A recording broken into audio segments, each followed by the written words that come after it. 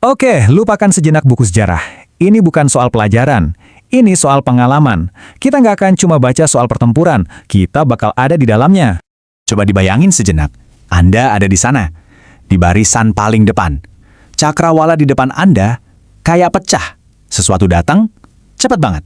Anda ngerasain getarannya dulu, bahkan sebelum suaranya kedengeran. Getaran yang datang dari dalam bumi merambat naik sampai mengguncang tulang rusuk Anda. Ini bukan gempa bumi. Getarannya teratur. Lalu, suaranya datang. Ini bukan suara guntur, tapi lebih mirip jendrang perang yang dimainin ribuan kuku kuda, menghantam tanah dengan satu irama yang sama. Kematian. Baru deh Anda lihat, tsunami dari daging dan baja, gelombang hidup yang kayaknya nggak bisa dihentikan. Itulah kavaleri.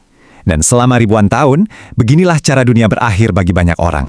Oke, mari kita bedah bareng-bareng teror ini. Apa sih yang bikin mereka hampir mustahil dihentikan? Semuanya itu berawal dari satu hal yang Anda nggak punya saat berdiri di tanah.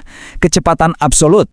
Kecepatan itu bukan cuma soal lari kencang ya, kecepatan adalah senjata itu sendiri. Dengan kecepatan, mereka bisa menyerang tiba-tiba, menghancurkan formasi, mengejar musuh tanpa ampun, dan seolah-olah bisa ada di mana-mana sekaligus. Pasukan Mongol itu jagonya. Mereka nggak cuma bertempur di satu titik, mereka menguasai seluruh medan perang karena mobilitas mereka yang gila-gilaan. Tapi, kecepatan aja nggak cukup. Sekarang, coba tambahin bobot ke kecepatan tadi. Gabungkan kecepatan dengan setengah ton massa kuda, ditambah penunggangnya yang pakai baju zirah lengkap. Nah, yang tadinya cuma angin kencang, sekarang berubah jadi peluru meriam hidup. Nah, coba lihat deh perbandingannya. Ini pertarungan yang gak adil sama sekali. Di satu sisi, ada prajurit jalan kaki yang rentan. Di sisi lain, ada menara baja bergerak dengan momentum penghancur. Penunggangnya lebih tinggi, jadi jangkauan serangannya lebih jauh. Serangannya lebih mematikan. Ini pembantaian yang dirancang oleh hukum fisika. Dan itu belum semuanya. Kuda itu ibarat truk logistik, bisa bawa armor dan perlengkapan tanpa kena lelah. Mereka juga prajurit yang bisa dilatih biar nggak kabur dari kekacauan perang. Dan yang paling penting, mereka adalah senjata psikologis. Getaran tanah dan suara derap kaki kuda itu seringkali udah memenangkan pertempuran bahkan sebelum serangan pertama mendarat.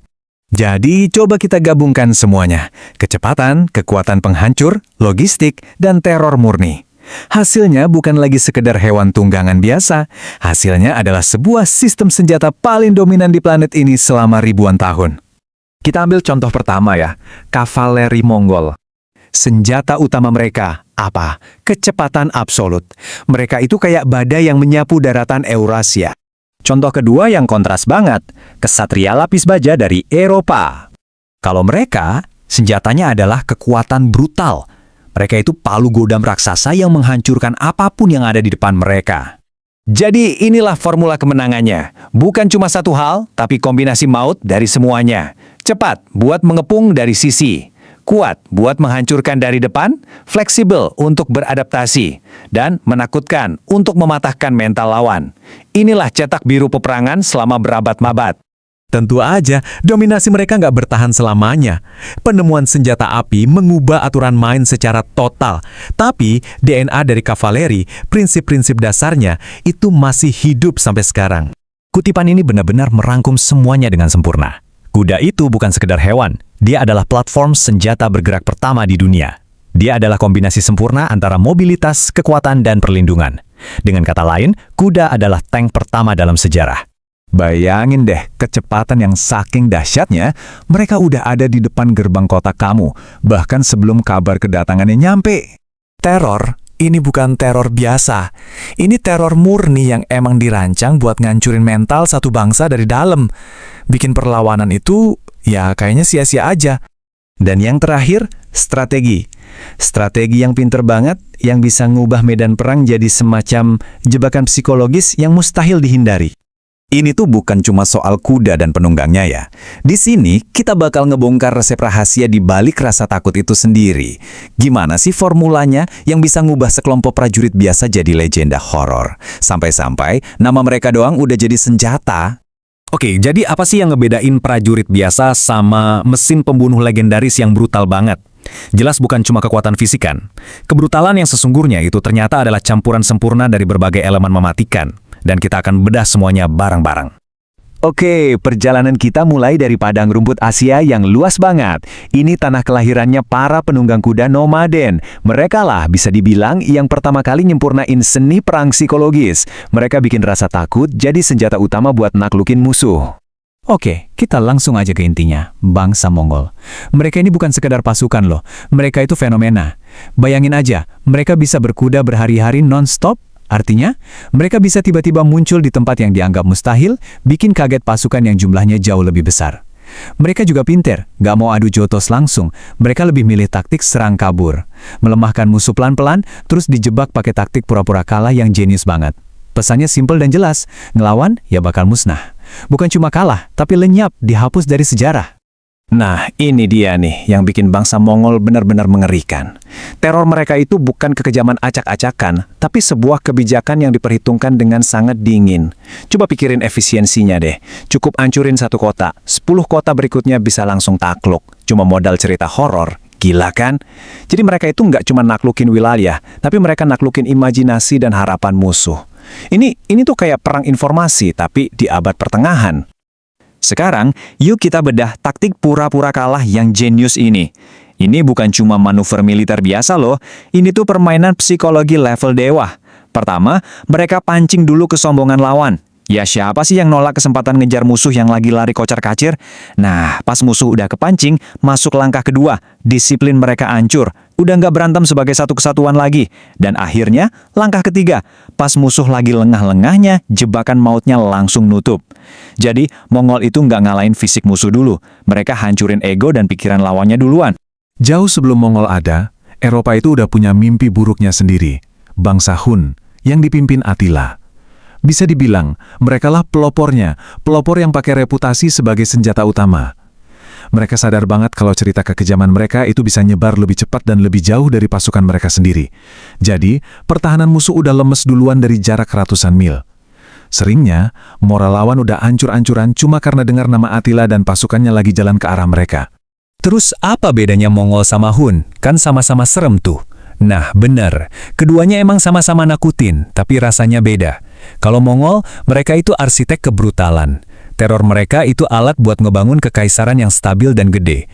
Jadi setiap tindakan kejam ada tujuannya, ada strategi jangka panjangnya.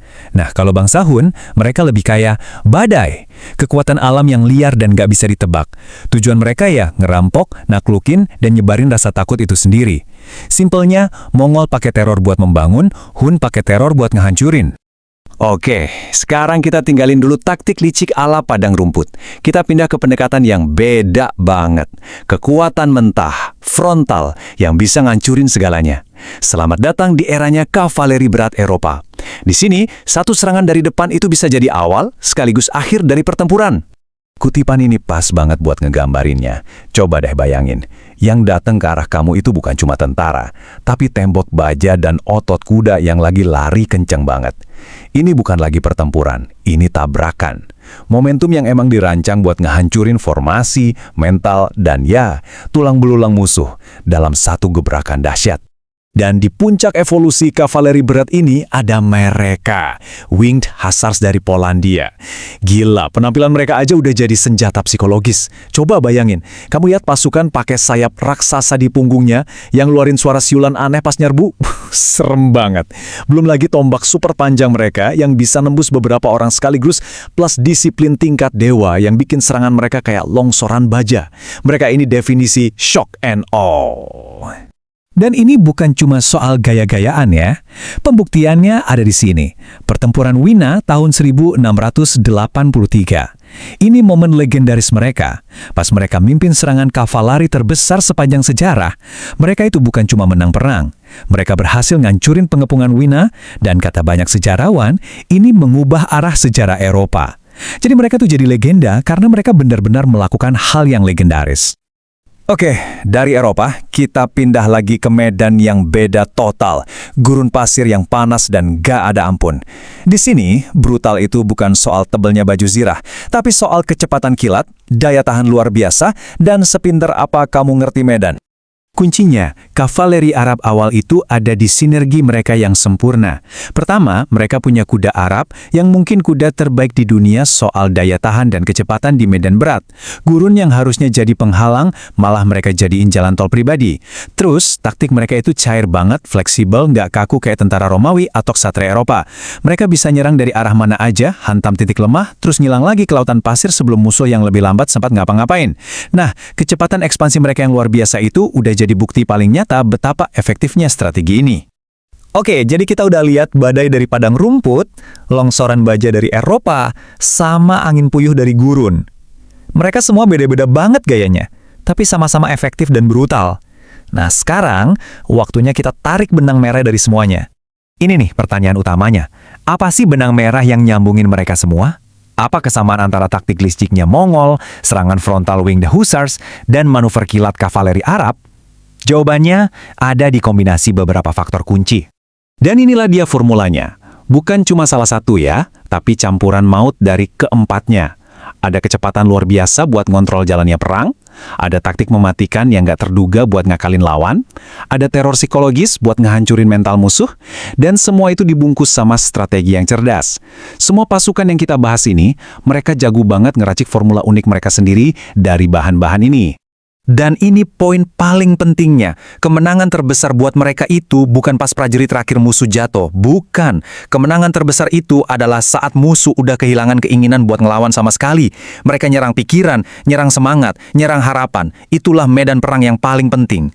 Sebagai penutup, ada satu hal yang menarik banget buat kita pikirin. Semua taktik jenius yang kita bahas tadi, teror massal, nyerang warga sipil, perang psikologis tanpa ampun, itu semua di zaman sekarang kita sebutnya kejahatan perang. Ini nunjukin betapa jauhnya standar moralitas kita soal perang udah berubah. Sesuatu yang dulu dianggap strategi kemenangan yang brilian, sekarang justru dianggap puncak kebiadaban.